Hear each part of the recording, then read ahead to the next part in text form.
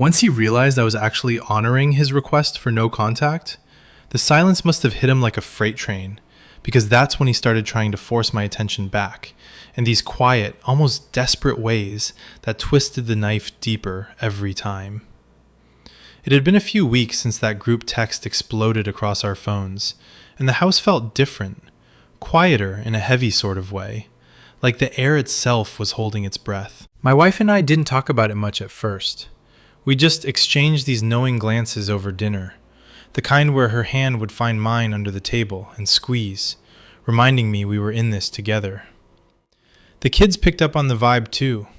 My son, usually loud and full of energy from his practices, got subdued, asking once in the car on the way to school if Grandpa was okay. My daughter straight up avoided the topic, burying herself in her phone, but I caught her staring out the window toward his end of the road more than once, her brow furrowed in that way that broke my heart. I threw myself into work and family routines to fill the void.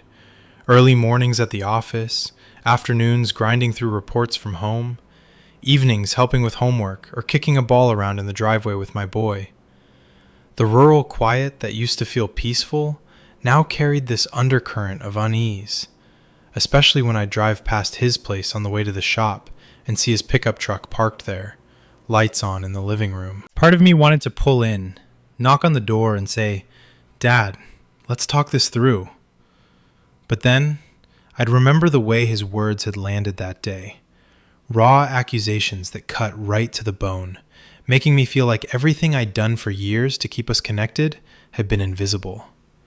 And deeper than that, this growing fear that chasing him again would just drag us all back into the same cycle of instability, the one that had been building since Mum's passing. Then came the Land Rover. Right after Mum died, in one of those early grief-fueled gestures, Dad had given me this old Project Land Rover he'd been tinkering with for years. It sat in my garage half-assembled, a reminder of better days when we'd work on cars together, him teaching me mechanics with that patient gruffness of his. One afternoon, I pulled into my driveway after a long WFH day. Sun low over the fields, the scent of cut grass from the neighbor's mower hanging in the air.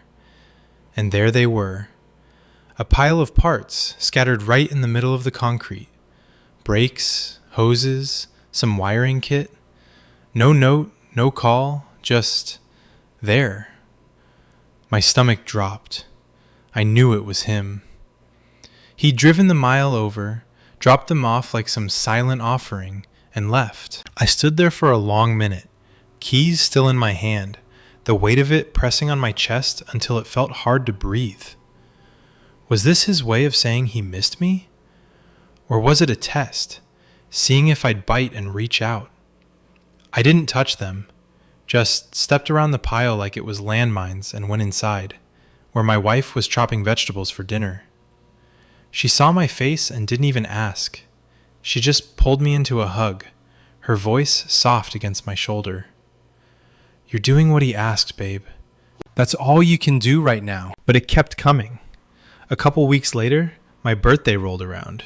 Nothing big, just a family thing with cake and the kids teasing me about getting older. The mail came, and there it was. A card from him. Simple envelope, my name in his handwriting that I'd known since I was a kid. Inside, a generic birthday message, scrawled out, and tucked in the fold, a crisp 20-pound note. I stared at it for what felt like forever, sitting alone at the kitchen island while the house hummed with normal life around me. 20 pounds. From my dad, who knew damn well I was financially stable, bordering on wealthy, honestly, after years of smart moves and that steady job. It wasn't about the money. It felt so performative, so small and loud at the same time. Like he was waving a flag saying, "See? I'm still here. Notice me." My throat tightened, eyes stinging with this unexpected burn of tears I hadn't let fall since the funeral. I wanted to call him right then, hear his voice crack or growl or whatever it would do, but I folded the card shut and slipped it into a drawer. Didn't acknowledge it, didn't send a text. The silence stretched on, deliberate now, and it felt both empowering and like the heaviest thing I'd ever carried. It's been over a month of that total quiet on my end. No calls, no drives over, no nothing. The kids have asked a couple times, casual-like, but I've kept it vague. Told them Grandpa needs space right now, that we're respecting his wishes. My brother and his wife? Same radio silence from them, too. We've all honored it, this unspoken pact born from exhaustion and self-preservation.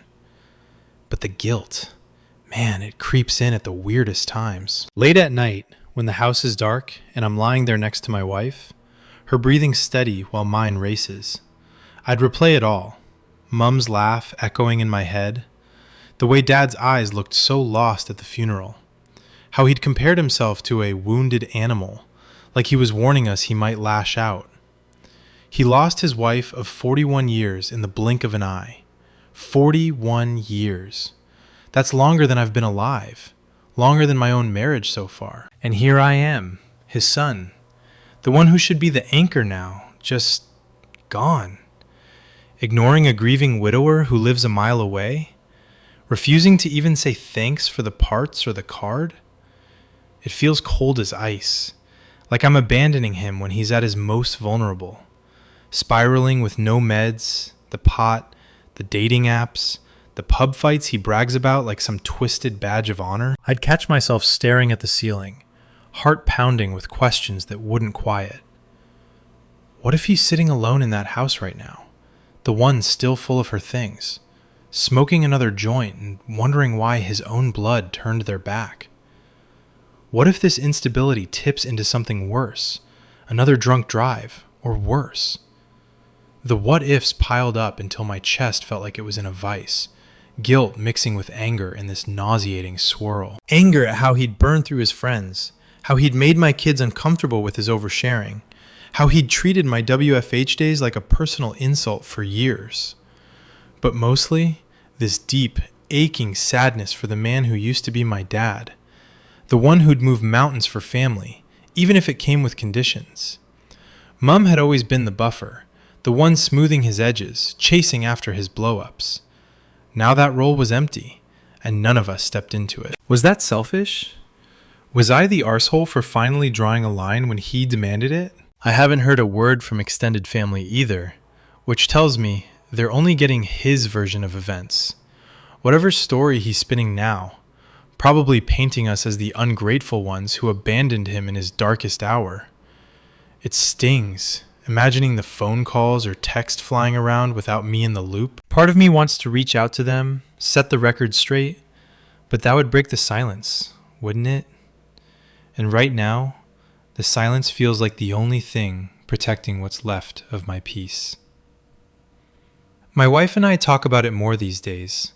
Late night conversations on the porch after the kids are in bed, the stars bright over the rural fields, crickets chirping like they don't care about any of this. She'd squeeze my hand and say things like, "You've carried this family for so long. It's okay to let him carry his own weight for once." But even as she says it, I see the worry in her eyes, the same mirror of my own guilt. Every time I drive past his house now, my grip tightens on the wheel. The lights are on, or the truck's gone, and I wonder what he's doing in there. Tinder dates? More pot? Sitting with that wounded animal rage bubbling under the surface? I've started journaling some of it late at night, just to get the thoughts out. Pages filled with memories of family dinners before all this. Mum's voice calling us all to the table. Dad's rare smiles when the grandkids would tackle him in the yard. Those moments feel so distant now, like they're from another life. And the Land Rover parts still sit untouched in the driveway, collecting a light layer of dust and leaves from the wind. I walk around them every morning on my way to the car, a physical reminder of the gap widening between us. It's not like I'm heartless. God, no. The grief hits me in waves too, especially on quiet WFH afternoons when the house is empty and I have a second to breathe. I'll think about Mum's last days, the shock of it all, and how Dad and I should be leaning on each other instead of this.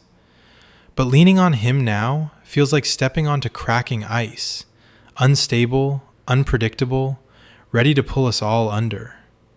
So I stay silent. I honor the words he sent in that group text, even as every fiber of me screams that this might be the thing that breaks us for good. The question keeps circling in my head like a vulture. Am I the arsehole for finally listening to him when he said never reach out again? Or is this the only way to save what's left of the man I used to know? The question kept circling in my head like a vulture, picking at every quiet moment until I felt raw and exposed, even in the middle of a normal Tuesday afternoon. I was at my desk in the home office, laptop open, but the screen blurred because my mind was a million miles away, replaying that group text for the 100th time. The words still burned. Never reach out again. Inconvenience. You don't care. Outside the window, the rural fields stretched out under a gray sky, wind rustling the tall grass like it was whispering secrets I couldn't quite hear. My coffee had gone cold beside me, the mug leaving a faint ring on the wood, and I realized my hands were clenched so tight my knuckles were white. I wanted to scream, to punch something, to drive that mile and demand he take it all back. But I didn't. I just sat there, breath shallow, wondering if the silence was protecting my family or slowly killing something vital inside me. That evening, after the kids were home from school, the weight of it all pressed down harder during dinner. My wife had made her famous lasagna, the cheesy aroma filling the kitchen and wrapping around us like a hug we all needed. But the table felt off balance without the fourth chair we used to pull out for Dad on random nights. My son pushed his food around, fork scraping the plate in a way that grated on my nerves. "Dad," he said finally, voice low and hesitant. "Grandpa's pickup truck went by earlier when I was kicking a ball around. He didn't stop, just looked over." My heart lurched. I could picture it. Dad's old red pickup slowing for half a second, his face turned toward our house, eyes maybe searching for any sign of movement. My daughter didn't say anything, but she reached for her phone like it was a shield, scrolling through whatever would drown out the awkward quiet that followed. My wife caught my eye across the steam rising from the dish, her expression soft but tired, the kind of look that said she knew exactly how much this was costing me. Later, once the kids were upstairs doing homework, my wife and I ended up on the back porch like we always did on nights like that. The air was cool, carrying the faint scent of wood smoke from a neighbor's fire pit, stars peeking through scattered clouds. She leaned against the railing, wine glass in hand, and I stood beside her, arms crossed tight over my chest like I was holding myself together. "You've been carrying this for months," she said quietly, her voice cutting through the crickets. "Ever since October, really. The way he stopped the meds, the pot, the dating stuff in front of the kids. It's not healthy for any of us, especially not now." I nodded, but inside, my thoughts were a storm. I remembered the early days after Mum's death, how I'd sit with him on his porch for hours, the two of us just existing in the grief together. His hands would shake sometimes when he lit a joint, and he'd talk about her like she was still in the next room, voice cracking in a way that made my own eyes sting. I'd felt useful then, like the sun stepping up. Now I felt like a stranger, watching from the outside, guilty for every mile of road between us. The guilt hit its peak a few days later when I was out running errands in town. The rural roads turned into the little main street with its one stoplight and handful of shops, and there he was, Dad, pulling out of the hardware shop parking lot in that same pickup truck. My hands gripped the steering wheel so hard the leather creaked. For a split second, our eyes met through the windows. His face looked thinner, older somehow, shadows under his eyes that weren't there before. He raised a hand, almost like an automatic wave, but it froze halfway. I didn't wave back. I just kept driving, heart slamming against my ribs like it wanted out of my body. The rest of the day was a blur, picking up groceries, nodding through small talk at the checkout, but all I could think about was how close he was, physically, yet how far we'd drifted. That night, I lay in bed staring at the ceiling fan spinning lazy circles, the room dark except for the faint glow of the hallway nightlight. My wife's breathing was even beside me, but sleep wouldn't come. I kept seeing his face in that pickup truck, The way the wounded animal he'd described himself as seemed more real than ever. Was he eating? Was he still chasing those Tinder dates to fill the void? Or had the isolation finally caught up? The 20 pounds in that birthday card haunted me too. Not the money, but the gesture. So small and desperate, it made my chest ache. I started questioning everything in those sleepless hours. Had I been too quick to accept his terms? Mum had always been the one to chase after his outbursts, smoothing things over with a quiet word or a home-cooked meal. She'd fill that role for 41 years, absorbing the tough guy front until it softened him again.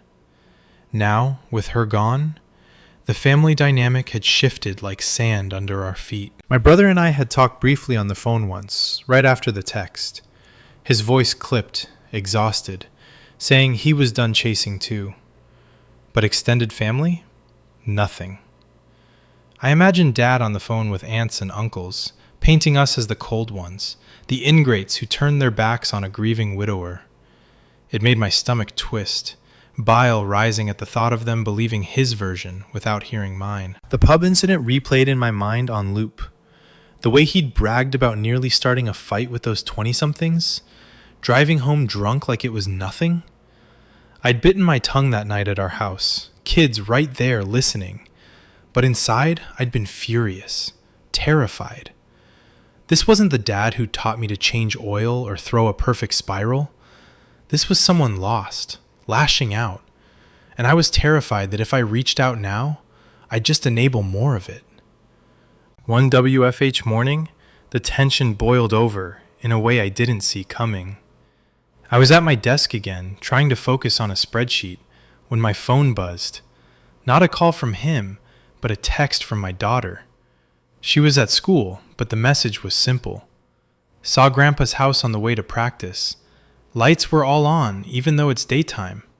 You okay? It was like a gut punch.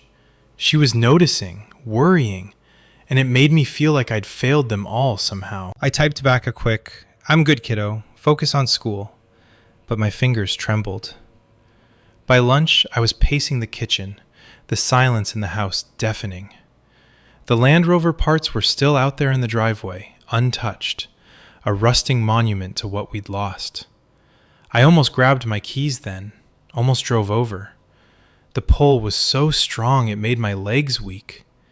I could picture knocking on his door, the familiar creak of it opening, his face lighting up or maybe twisting in anger. We'd talk, or yell, or sit in that heavy quiet until something broke through. But then I'd remember the group text, the demands, the way he'd made my wife and kids feel like afterthoughts. No, I couldn't. Not yet. The days blurred after that, each one carrying this low hum of unresolved ache. I'd catch myself on the porch at dusk, coffee in hand, watching the road toward his place like it might offer answers. The rural neighborhood felt smaller somehow, the mile between us stretching like an ocean. My wife and I had deeper talks now, ones where we'd lay it all out, the love we still had for him mixed with the exhaustion of years of his patterns. She'd remind me gently how his disrespect for my work had started long before Mum's death, how the instability had been simmering. But even she admitted the guilt was eating at her too. "He's family," she'd say, voice cracking just a little. "But so are we, and we can't keep breaking ourselves to hold him up." Those words helped, but they didn't erase the visions of him alone in that house. Pot smoke curling toward the ceiling, phone lock screen still maybe that woman's photo, wondering why his son had vanished. I started writing some of it down in a notebook I kept hidden in my nightstand. Raw thoughts, memories of better times, the way Mum's laugh used to fill every room we were in. It was my way of processing without breaking the silence, a private ritual that kept me from drowning. But the emotional climax of it all came one random evening when I was alone in the garage, staring at that half-finished Land Rover. The tools were still scattered from before, oil stains on the concrete, and the parts he'd dropped sat in a neat pile I'd finally moved to the side. My hands were covered in grease from pretending to tinker, but really, I was just avoiding the house. Tears came then, hot and unexpected, blurring the metal in front of me. I slid down against the workbench, back to the cold wall, and let it out. The grief for Mum, the anger at Dad's spiral, the crushing guilt of my own choices. "What the hell am I doing?" I whispered to the empty space, voice hoarse. Honoring his words felt right for my family's peace, but leaving him like this, unstable and alone, made me feel like the villain in my own story. Was I cold? Selfish? Or was this the boundary I never knew I needed to set? The question still lingers, heavier now than ever, as the weeks turn into whatever comes next. I don't know if he'll reach out again, or if this silence will become our new normal. But every night when I kiss my kids goodnight and crawl into bed beside my wife, I hold on to the hope that somewhere in his grief, he's finding his way back to the man we all miss. And if not, well, I'm still here, a mile away, heart wide open but guarded, waiting for a sign that doesn't come. A few more days drag by in that same heavy quiet, the kind that makes the ordinary feel like it's underwater. I was back at the office for once, the fluorescent lights buzzing overhead like they were mocking my racing thoughts, when my phone lit up with a text from my brother. It wasn't much, just a quick check-in, his words clipped but carrying the same exhaustion I felt in my bones.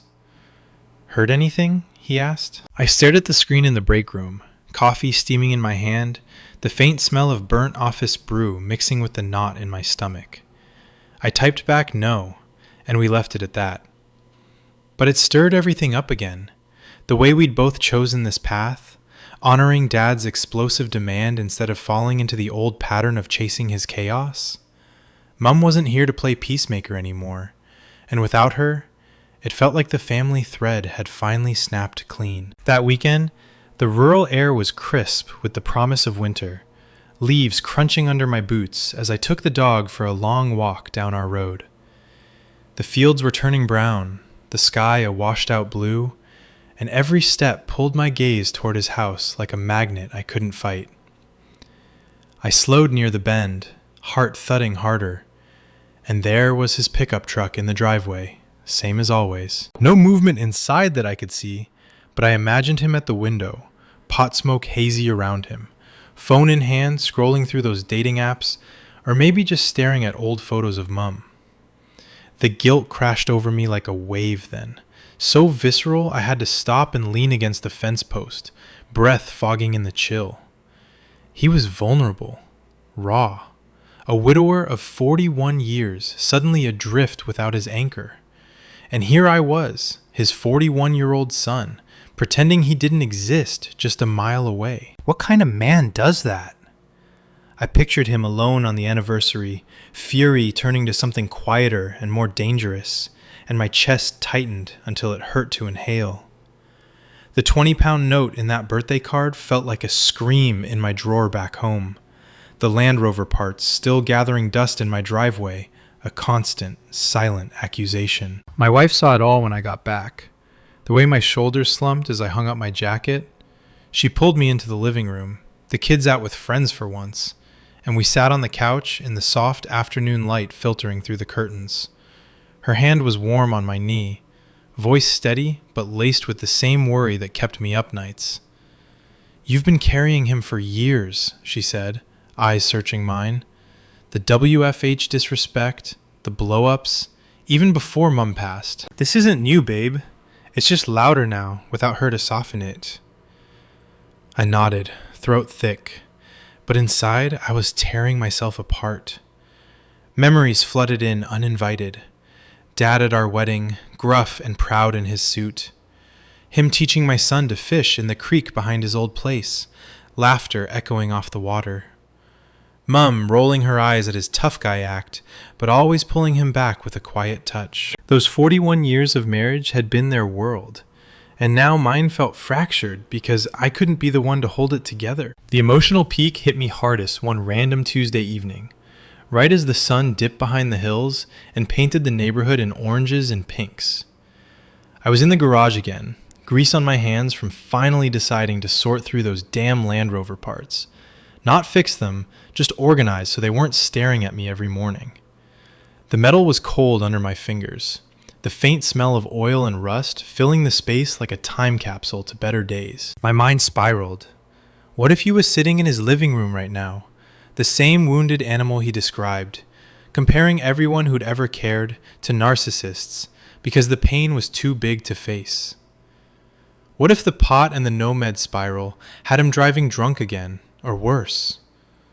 I dropped a wrench with a clang that echoed too loud, and suddenly I was on my knees, forehead pressed to the concrete, tears hot and silent. "Dad?" I whispered to no one, voice breaking in the way it hadn't since the funeral. "I miss you, but I can't chase you into the dark anymore." The guilt was a living thing then, clawing at my ribs, making my breath come short and ragged. Ignoring him felt like betrayal, like I was the cold one leaving a grieving man to rot alone. But staying in the cycle? That would mean exposing my wife and kids to more of the unhinged brags, the Tinder talk at our dinner table, the demands that treated my work like it didn't matter. For the first time, I let myself feel the full weight of both sides, the love and the exhaustion, crashing together until I couldn't tell where one ended and the other began. I stood up eventually, wiped my face, and went inside to the warmth of my family. The kids were laughing in the kitchen over some inside joke, my wife stirring sauce on the stove, and in that moment, the peace we'd carved out hit me like a lifeline. This silence wasn't abandonment, it was survival. It was choosing to protect what Mum would have wanted for us all, even if it meant she wasn't here to see it. Dad had drawn the line in that group text, and for once, I didn't cross it. Maybe that made me the asshole in his eyes, in the eyes of whoever in the family only heard his side. Maybe it makes me the asshole to anyone reading this, wondering how a son could turn away from his own father in his darkest hour. But from where I stand, with the rural wind whispering through the fields, and my family's laughter filling the rooms Mum used to light up, it feels like the only choice that kept us from all going down with him. I'm still trying to process all of this. What would you have done if you were in my shoes? Let me know in the comments, and if you want to hear more of my journey, make sure to subscribe.